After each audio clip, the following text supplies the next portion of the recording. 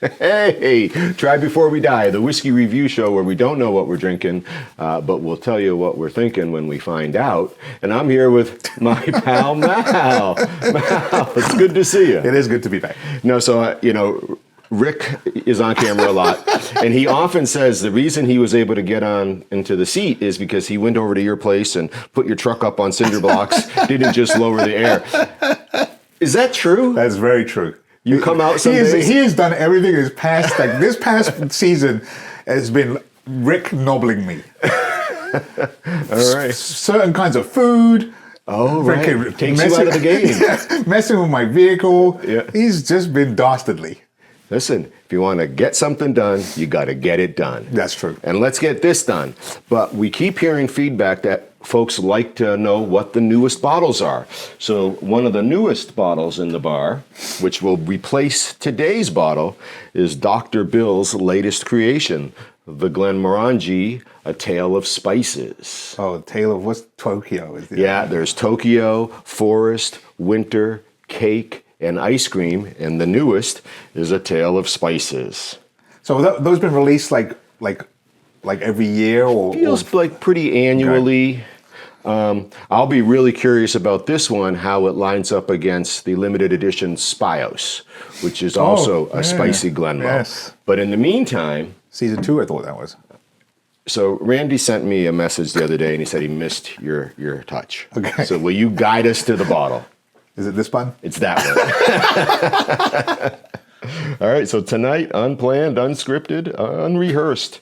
Bottle 172, which is going to bring us to the other side. It's going to put us into, let's see, possibly a Glenfiddich. But we'll see everybody at bottle 172.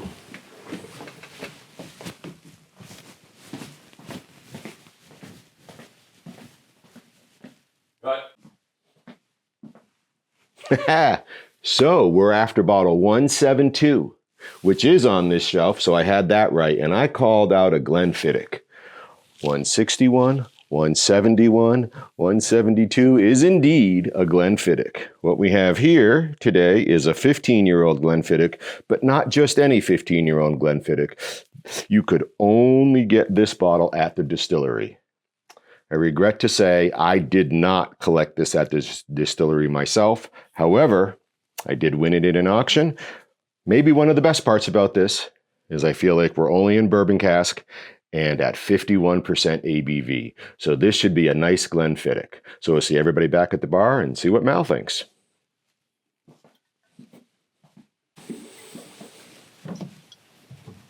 Hey, buddy. Hey. Got a full 1 liter of whiskey here. Ooh, that's a big boy. It is a big boy. It has to be European. Yes, absolutely has, or duty free. Or duty free. Right, but distillery edition, non-chill filtered, 51% ABV, 15-year-old Glenfiddich. What is the... Oh, maybe it's because it's so clear. It doesn't... Oh, it does have 3 sides. Yeah, it was very hard to tell over there.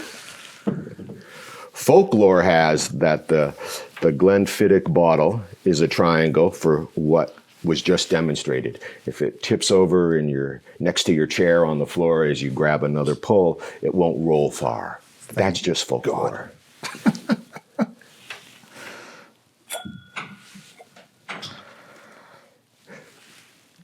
This is a new arrival here at the bar.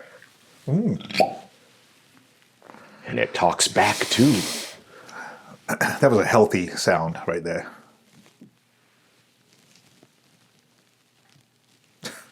They have filled it so much, we've got no gurgle. It's because it's a liter. It comes in liters? It comes in liters.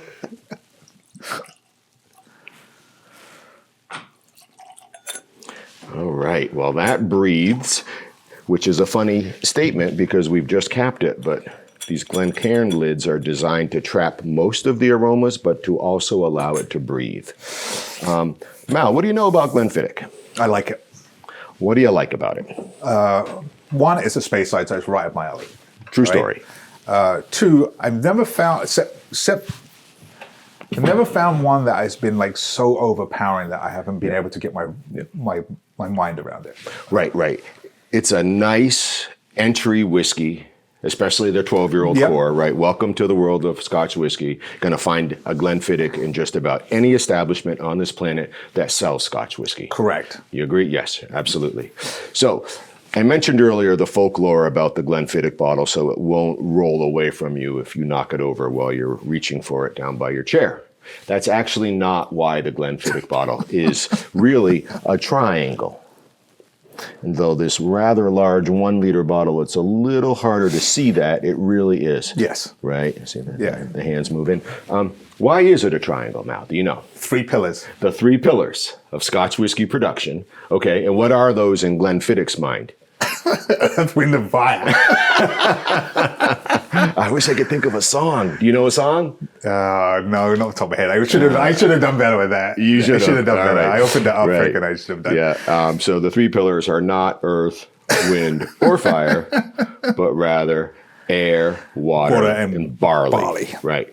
Which is interesting because ultimately, at the end of the day, we also need yeast for whiskey production.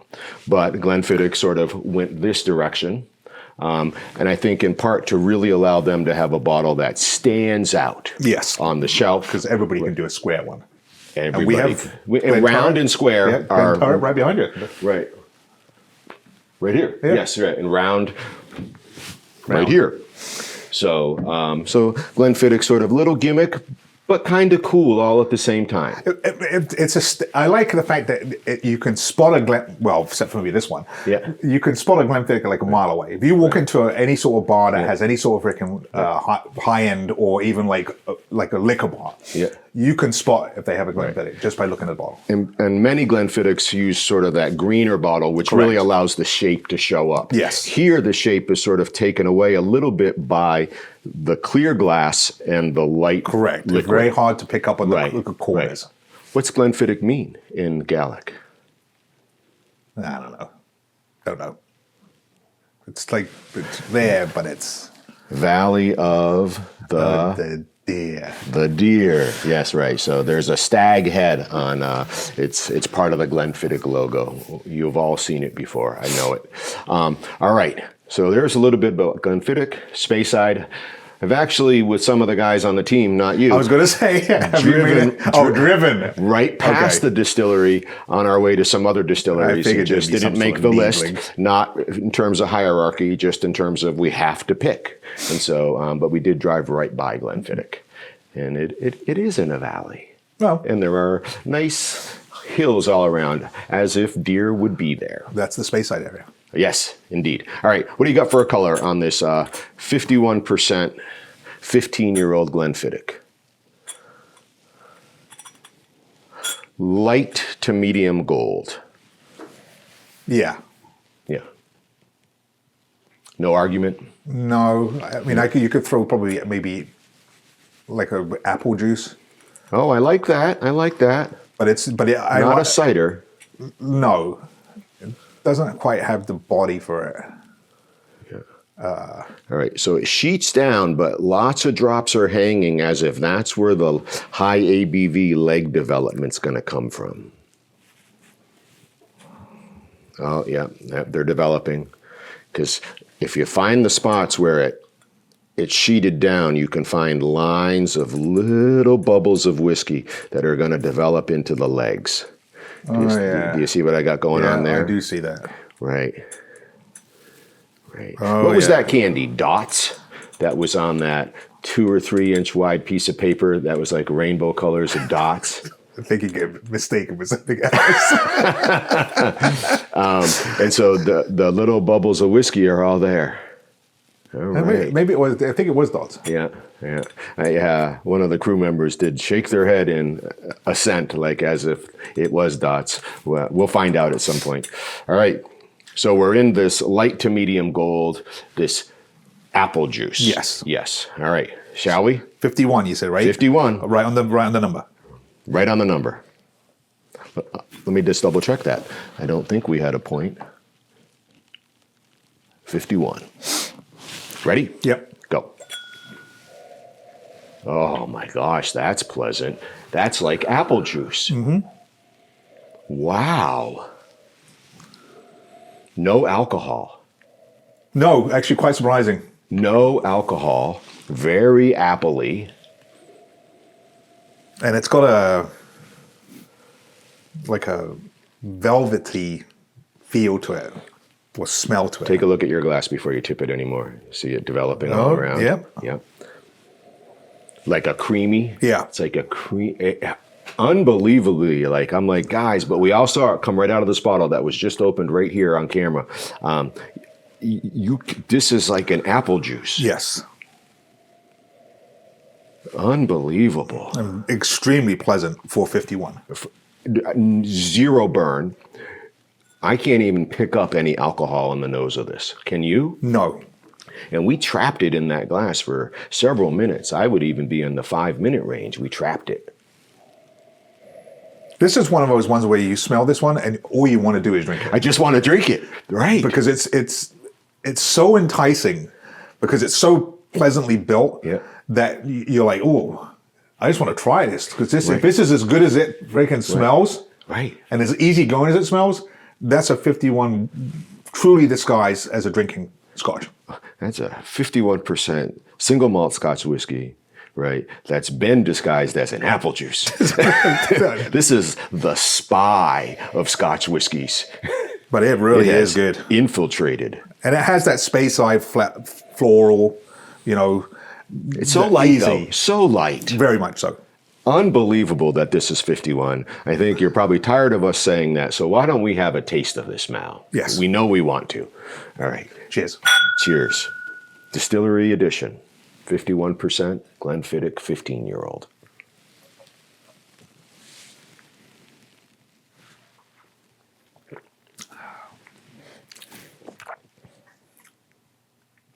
The mouthfeel is fantastic. Yeah. Fantastic. There is something there.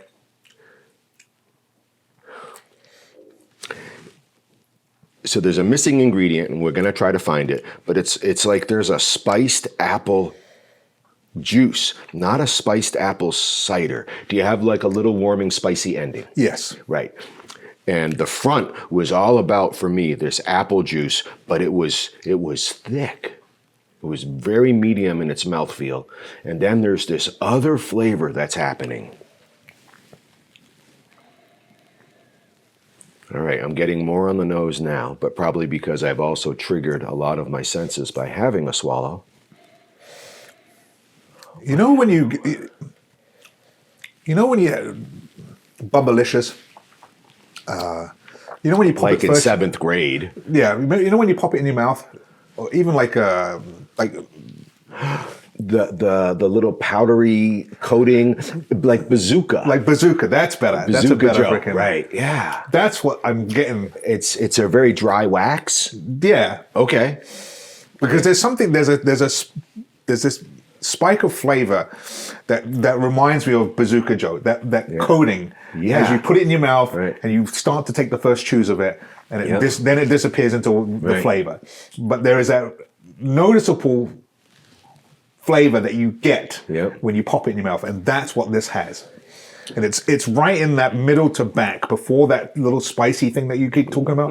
Before that activates, but it's there, and it makes your mouth feel like you've got it. But that's what this reminds me of. So I really like what you've brought up, and I'm gonna continue to akin it to a dry wax. Right? It certainly keeps the whiskey very smooth. Right. So it's not a staggered drink. No, it's a very smooth transitional drink. Correct. It just transitions incredibly smoothly, as if it were just one thing. But yet there are several things happening here. For me, it begins with this mouthfeel, this very juicy beginning, and then this waxy middle. So it transitions right into that wax flavor and ends with this very mildly spicy that only resides here. It doesn't drop. I'm right in here. Right here. Okay. It doesn't drop. No. Right. And that flavor, like it lingers with you. because of the mouthfeel, because of the coating. Well, and right, and wax, right, again, it will stay, right? Just like when the candle spills over and boom, and then it just sort of stops and it stays there. And then it's like, now it's like less apple. Right. And more... I agree. The nose has developed with the air. There's more of a vanilla butterscotch maybe. Like there's something more now to this than just what we got off the first. No, it's opening up really well. And again, this idea of this Bazooka Joe coating, this waxy experience, really balances out this whiskey, sort of sets it apart, steps it up a little bit. It's not necessarily what you'd expect. It's almost as if Glenfiddich found a series of casks that said, these whiskeys aren't really going to work with our core release series, but they have something going on. And so we don't have a lot to do a global release. So let's do a distillery release. It's interesting you say that, because I'll take it a step further. If you were to pour this in the glass, blind pour, right? I think I would have a hard time calling this. It's not, it doesn't make you think of Glenfiddich. Correct. Yeah. Like I just, if you get really and you dig deep and you can like have all the nuances, you probably go, oh yeah, no, the body's there.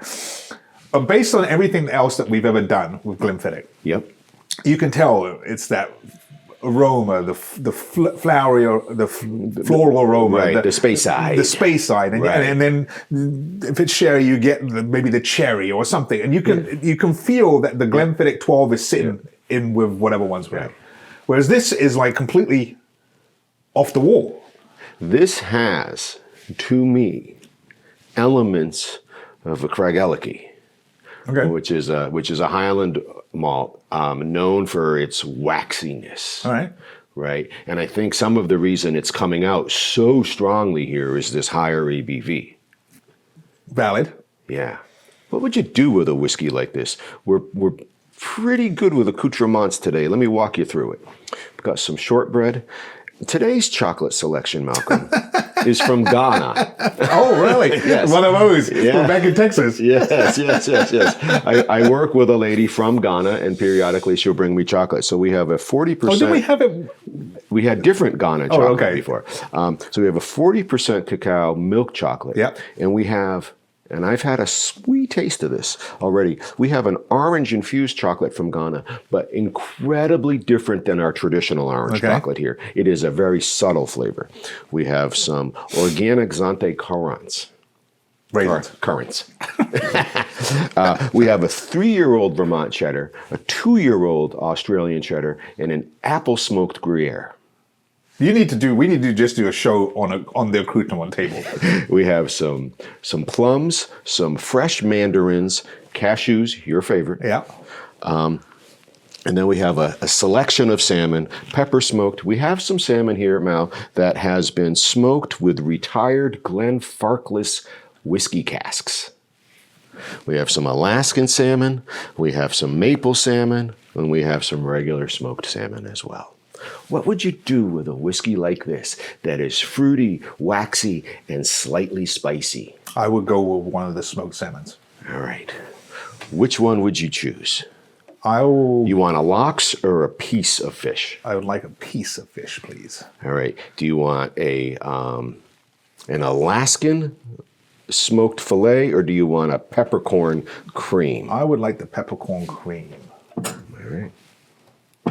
And the reason I take this is because I think, for all intensive purposes, anything we put in it which is chocolatey or sweet will complement it. Yeah. Whereas this, I think, will be the yin and the yang. I appreciate what you've just said, because I'm like, why would he pick that? That's good. I'm going to have the Applewood Gruyere because I believe it's going to be a very creamy whiskey, but Gruyere has like just a little waxy component to it. Okay. All right. Probably pronouncing that wrong, but I feel fancy. Gruyere. So, yeah. Oh, yeah. I've got it right. So says the limey. Yeah. All right. Here we go.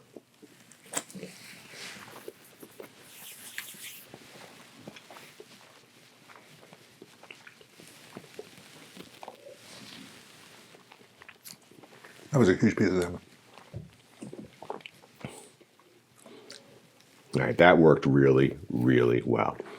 And if it brought anything out, Mal, for me, it actually brought out a little more spice, but the creamy waxiness of the cheese worked really well with the creamy waxiness of the whiskey and allowed sort of like they combined to form one, which allowed the spice to rise up. And that's what I just experienced. How was that peppercorn smoked salmon in your yin-yang experiment? This completely caught me by surprise. I was not ready for this. That peppercorn smoked salmon, just a spot, please. What it did is it created an extreme spike of sweetness. Huh. Extreme. It was so extreme that it caught me by surprise because I wasn't expecting it. But it changed this drink dramatically. All right. Yeah. So here's my thought. Okay. I accentuated fruit and wax, or married fruit and wax, which allowed spice to show up. You married spice and wax, allowing sweet to show up. And it was like dramatically sweeter. Like I didn't recognize what it was. Dramatically spicier. Okay. Yeah. So it's nice. Yeah. It's actually, you know what tells me? That this is a well-rounded drink. I really like this Glenfiddich, and I love what you brought up about like, unlike any we've had. Yeah. True story. All right. Shall we see what the crew has for us? No, I don't, we put a lot of trust in this moment in the show. We do. Yeah. All right. There's so much truth to that. Yeah. It's not even funny. Right. Across every demographic and every age range. Here's to staying positive and testing negative. Cheers. Cheers. That's killer. What an interesting Glenfiddich, unlike any we've ever had. From its opening nose of just apple juice with no alcohol on it, to its taste of sweet wax spice and that nice moderate mouthfeel. What I liked about this entire situation was adding the accoutrement, but then literally when we took this last sip to say cheers, it was back to where it was.